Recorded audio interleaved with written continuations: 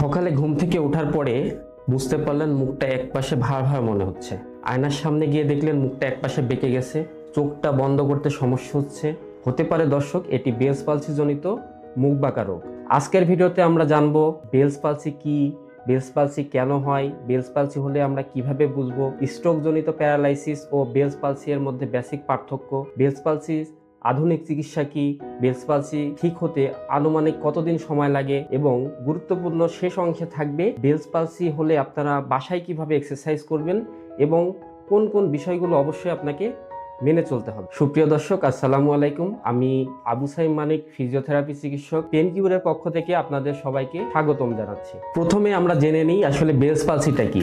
Bells palsy হচ্ছে আমাদের মস্তিষ্কের যে 7 ক্রেনিয়াল নার্ভ আছে, যেটাকে আমরা ফেসিয়াল নার্ভ বলে থাকি। এই নার্ভটা আমাদের মুখমণ্ডলের এই পাশ দিয়ে পুরো মুখমণ্ডল জুড়ে ছড়িয়ে যায়। যদি কোনো কারণে এই নার্ভটা ইনফ্লামেশন হয় বা প্রদাহ হয়, ফুলে যায়, অথবা এই নার্ভের স্বাভাবিক কার্যক্ষমতা ব্যাহত হয়, তার ফলে যে সৃষ্ট মুখ বাঁকা সমস্যা বা প্যারালাইসিস, এটি হচ্ছে বেলস পালসি।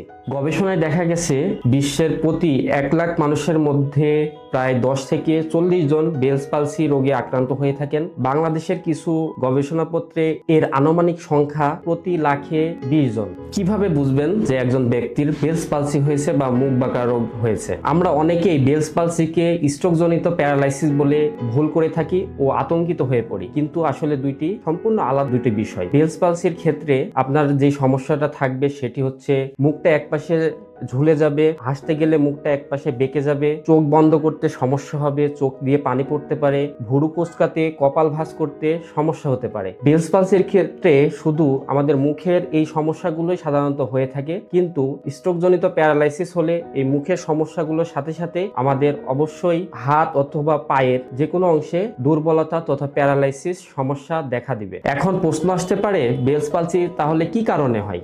সুনির্দিষ্ট কারণ না জানা গেলেও বেশিরভাগ ক্ষেত্রে দেখা গেছে এই সমস্যাটি দেখা দিতে পারে হার্পেস সিমপ্লেক্স নামক ভাইরাসের সংক্রমণজনিত কারণে, যেটি শীতকালের প্রথম দিকে এবং শীতকালের শেষের দিকে তথা গরমের প্রথম দিকে বেশি হয়। সুতরাং বুঝতেই পারছেন এর সাথে আবহাওয়ার পরিবর্তন তথা শীতের একটি গুরুত্বপূর্ণ রিলেশন আছে, তাই শীতকালে এই সমস্যাটি বেশি দেখা দেয়। এছাড়াও কানের মধ্যবর্তী স্থানে যদি কোনো কারণে ইনফ্লামেশন হয় বা প্রদাহ হয়, আঘাতজনিত বা অন্য কোনো কারণে যদি এই নার্ভ সাপ্লাইটা কোনো কারণে বাধাগ্রস্ত হয়, অথবা মস্তিষ্কের নির্দিষ্ট স্থানে যদি টিউমার হয়, তার ফলেও কিন্তু এই ফেসিয়াল যে প্যারালাইসিস এটি হতে পারে। এখন প্রশ্ন আসতে পারে আসলে কারা এই ঝুঁকিতে সবচেয়ে বেশি থাকে? বিভিন্ন গবেষণায় দেখা গেছে তরুণ থেকে মধ্য বয়স পর্যন্ত যে জনগোষ্ঠী, তারা সবচেয়ে বেশি এই সমস্যায় আক্রান্ত হয়। এছাড়াও যাদের দীর্ঘমেয়াদী ডায়াবেটিস, উচ্চ রক্তচাপ, দীর্ঘদিন যাবত মানসিক স্ট্রেস বা মানসিক দুশ্চিন্তায় ভুগতেছেন, এমন মানুষ এই বেলস পালসি জনিত মুখ বাঁকা রোগে বেশি ভুগে থাকেন। তাহলে এখন আমরা জেনে নিব যে বেলস পালসি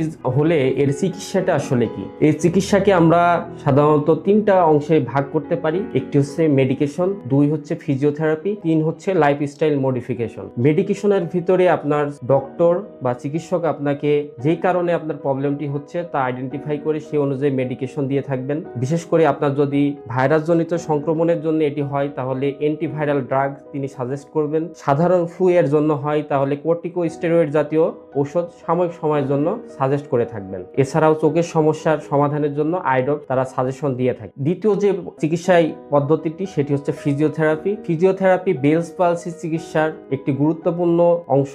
বিশেষ করে প্রদাহ কমানো, নার্ভের যে সেন্সিটিভিটিটা লস হয়েছে তাকে পুনরায় ফিরিয়ে আনা এবং মাংসপেশির যে দুর্বলতা, দুর্বল মাংসপেশিকে শক্তিশালী করতে ফিজিওথেরাপি এক্ষেত্রে গুরুত্বপূর্ণ ভূমিকা পালন করে। ফিজিওথেরাপির ভিতরে আমরা 2টি অংশে ট্রিটমেন্ট দিয়ে থাকি। একটি হচ্ছে ম্যানুয়াল এক্সারসাইজ প্রোগ্রাম, দ্বিতীয় যে ধাপ সেটি হচ্ছে ইলেকট্রোমেডিসিন। ইলেকট্রোমেডিসিনের ভিতরে যে আমরা ট্রিটমেন্টগুলো দিয়ে থাকি, প্রথমে আমরা হচ্ছে নার্ভের সেন্সিটিভিটিটা উন্নত করতে কিছু ট্রিটমেন্ট দিয়ে থাকি। তার ভিতরে অন্যতম হচ্ছে topical stimulation, neuromuscular electrical nerve stimulation, যেটাকে আমরা NEMS বলে থাকি। এছাড়াও প্রদাহ কমাতে আমরা ব্যবহার করি আল্ট্রাসাউন্ড থেরাপি এবং মাসেল স্ট্রেংথ বাড়াতে আমরা EMS ব্যবহার করে থাকি। তৃতীয় যে চিকিৎসা আসার ধাপ সেটি হচ্ছে লাইফস্টাইল মডিফিকেশন। এক্ষেত্রে আপনার ফিজিওথেরাপি চিকিৎসক আপনাকে গুরুত্বপূর্ণ কিছু দিক নির্দেশনা দিয়ে থাকবেন, যেগুলো ফলো অবশ্যই আপনাকে করতে হবে বেটার আউটপুট পাওয়ার জন্য। প্রথমত আপনার মুখমণ্ডলকে ঠান্ডা হাওয়া থেকে আপনার পুরো মুখমণ্ডলকে সুরক্ষিত রাখতে হবে। ঠান্ডা জাতীয় সকল ধরনের খাবার ও পানীয়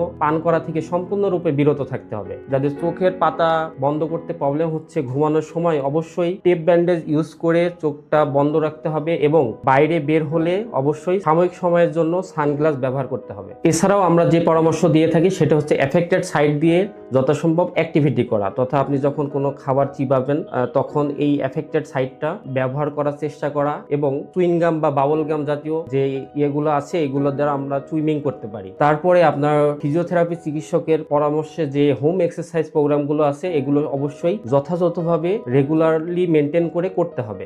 এখন প্রশ্ন আসতে পারে বেলস পালসির সমস্যার সমাধানে আসলে কতদিন সময় লাগে? এক্ষেত্রে আমরা একটি গ্রেডিং সিস্টেম ফলো করি, যেটা ফেসিয়াল নার্ভের প্যারালাইসিসের জন্য ব্যবহার করা হয়, যেটাকে বলা হয় হাউস ব্রাকম্যান গ্রেড বা এইচবি গ্রেড। এখানে 1 থেকে 6 পর্যন্ত গ্রেড থাকে, যেখানে 1 হচ্ছে সুস্থ মানুষ এবং 6 হচ্ছে সম্পূর্ণ প্যারালাইসিস। এক্ষেত্রে আপনার যদি মুখের প্যারালাইসিসটা 1 থেকে 3 গ্রেডের ভিতরে হয়, সাধারণত এটা 2 মাসের ভিতরেই রোগী সুস্থ হয়ে যায়। প্যারালাইসিসের গ্রেড যদি 4 থেকে 5 গ্রেডের ভিতরে হয় তাহলে এটি 2 থেকে 6 মাস পর্যন্ত সময় লাগতে পারে।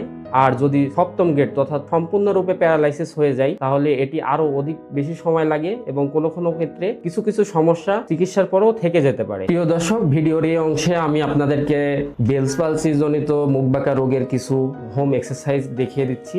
ধরে নেন আপনার সমস্যাটা হয়েছে এই পাশে, তাহলে এই পাশে যদি প্যারালাইসিস হয় মুখটা এই দিকে বেঁকে যাবে, তথা দুর্বলকৃত অংশকে যে পাশটা সবল আছে সেই দিকে টেনে নিবে। তাহলে আমরা যেটা করবো তা আমরা অপোজিট ডিরেকশনে এইভাবে মাসাজ করতে পারি। চোখের পাতা যদি খুলতে সমস্যা হয় তাহলে অবশ্যই আমরা চোখের এই বন্ধ করার যে মুভমেন্ট এক্সারসাইজ এটা করতে হবে। সেক্ষেত্রে আপনি যদি পুরোপুরি নাও পারেন তাহলে হাতের সাহায্যে এটা প্র্যাকটিস করতে হবে বারবার। ভুরু কুঁচকানো আর কপাল ভাঁজ করতে যদি সমস্যা আছে তার দ্বারা এভাবে করতে পারেন, সেটি হচ্ছে এইদিকে মুভমেন্টগুলো করতে পারেন এইভাবে। ফরহেডে যে আমাদের মাসেল আছে এটা হালকা মাসাজ করতে পারেন।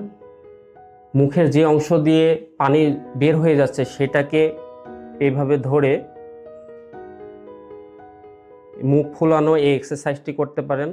সুপ্রিয় দর্শক, এত কিছুর পরেও আসার কথা হলো বাংলাদেশের যে বেলস পালসি রোগীগুলো আমরা সাধারণত পেয়ে থাকি তাদের বেশিরভাগেরই মুখের যে প্যারালাইসিস এটা 1 থেকে 3 গ্রেডের ভিতরে বেশি পাওয়া যায়। অর্থাৎ খুব স্বল্প সময়ে সঠিক চিকিৎসা নিলে আপনি এই সমস্যা থেকে পুরোপুরি সুস্থ হয়ে যেতে পারেন। তবে এক্ষেত্রে আমাদের দরকার যত দ্রুত সম্ভব চিকিৎসাটি শুরু করা এবং ডক্টরের পরামর্শে যে আপনাকে হোম অ্যাডভাইসগুলো দেওয়া হবে সেগুলো অবশ্যই যথাযথভাবে মেনে চলা। আজকের ভিডিও এই পর্যন্তই। আশা করি নেক্সট কোনো ভিডিওতে আপনাদের সাথে দেখা হবে।